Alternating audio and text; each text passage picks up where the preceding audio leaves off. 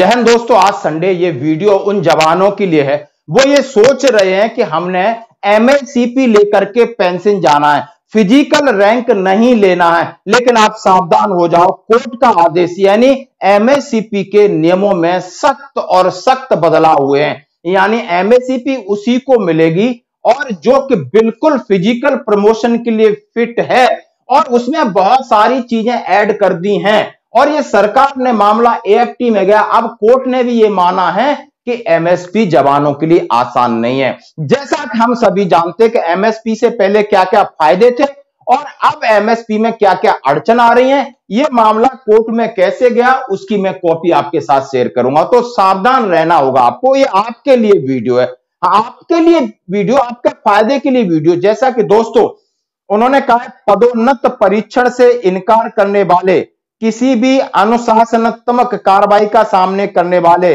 व्यक्ति सुनिश्चित कैरियर प्रगति के हकदार नहीं।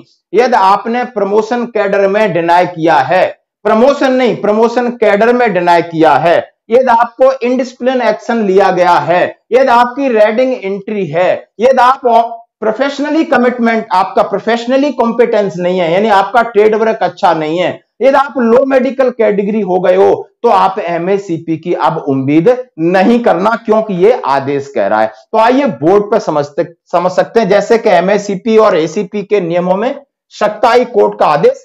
पहले फायदा होता था यदि हमें फिजिकल रैंक ना मिले तो फाइनेंशियल अपग्रेडेशन के तहत हमें एमएससीपी का फायदा दिया जाता रहा है। जैसे कि आप समझ सकते हो, 8 साल में नाइक, 16 में हवलदार और 24 में आप नायब सुधार बन जाए। नायब सुधार की तनख्वाह यानी पेमेंट मिलता था। और इसी हिसाब से जब हम रिटायर्ड होते थे तो उसके फायदे मंथली पेंशन के रूप में मिलते थे। इसी हिसाब से ग्रेच्युटी कैलकुलेट होती थी, कम्यूटेशन कैलकुलेट होता था, लीव इनकेस कैलकुलेट होता था। तो हमें जबरदस्त फायदा होता था। और जब ये लागू हुई तो उसमें बहुत कोई क्राइटेरिया नहीं था। कुछ लोग 2008 के बाद लागू हुई, 2006 में उन्होंने विलिंग दिया है, उन्होंने कुछ भी किया, उन सबको मिली। धीरे धीरे इस प्रोसेस में बहुत सारे बदलाव किए जा रहे हैं। अभी जो जज साहब ने क्या निर्णय सुनाया है इसके ऊपर हम आप बात करते हैं। सबसे पहले आपने प्रमोशन कैडर डिनाई किया है, नहीं मिलेगी। डिसिप्लिन कोई कोर्ट इंक्वायरी एक्शन चल रहा है, नहीं मिलेगी। रेडिंग एंट्री है, आपको सुपरसीड किया है, नहीं मिलेगी। आप प्रोफेशनली, आप कैडर क्लास नॉर्मल आपका नहीं है, उसमें नहीं मिलेगी। एलएमसी में आपको नहीं मिलेगी। यानी आप डिपेंड ऑन सीओ हो गया। बहुत सारी चीजें एक जगह केंद्रित हो गई हैं। अब कोर्ट क्या कह रहा है, उन्होंने कहा, सशस्त्र बल न्यायाधिकरण एएफटी चंडीगढ़ ने माना कि यदि कोई व्यक्ति पदोन्नति यानी प्रमोशन कैडर परीक्षा देने के लिए तैयार नहीं है, अनुशासन कार्रवाई में शामिल है, कोई पेशेवर अकुशलता है यानी प्रोफेशनल कमिटमेंट नहीं है, तो उसको इसका हक और लाभ नहीं मिलेगा। ना ही वो जाकर के कोर्ट केस कर सकता है। क्लियर है, समझ गए।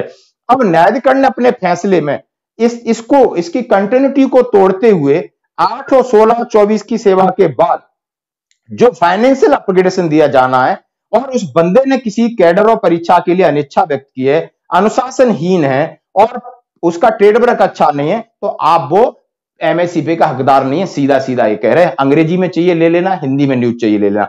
न्यायाधिकरण की न्यायमूर्ति शेखर धवन, न्यायमूर्ति सुधीर मुत्तल और एयर मार्शल मानवेंद्र सिंह की पीठ ने 30 मई के अपने आदेश में यह भी कहा कि लाल स्याही वाली यानी रेडिंग एंट्री और इनसे जुड़े मामलों की कानून प्रसंगिता अलग है, उनको भी नहीं मिलेगी।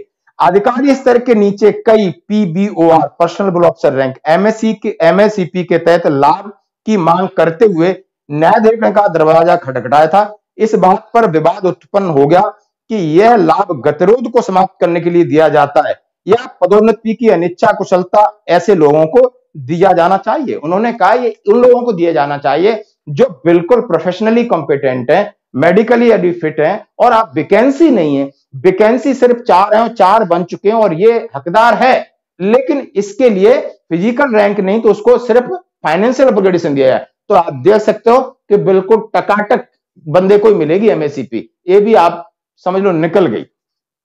इस मामले को सशस्त्र बल न्यायाधिकरण के अध्यक्ष को भेजा गया। अनुरोध किया गया कि इस विवाद पर निर्णय के लिए एक पीठ गठित की जाए, क्योंकि इन मुद्दों पर पहले भी दोनों पक्षों में बहुत सारी कंट्रोवर्सी रही। मतलब पहले बहुत सारे नियम कानून थे, लेकिन ये मुद्दा गया, इसके ऊपर पूरा विचार किया गया और ये निर्णय लिया गया है। और दोस्तों इसके अलावा मंत्रालय द्वारा स्पष्ट किया गया है कि पदोन्नति के लिए कैडर परीक्षा उत्तीर्ण करना एक अनिवार्य हिस्सा है।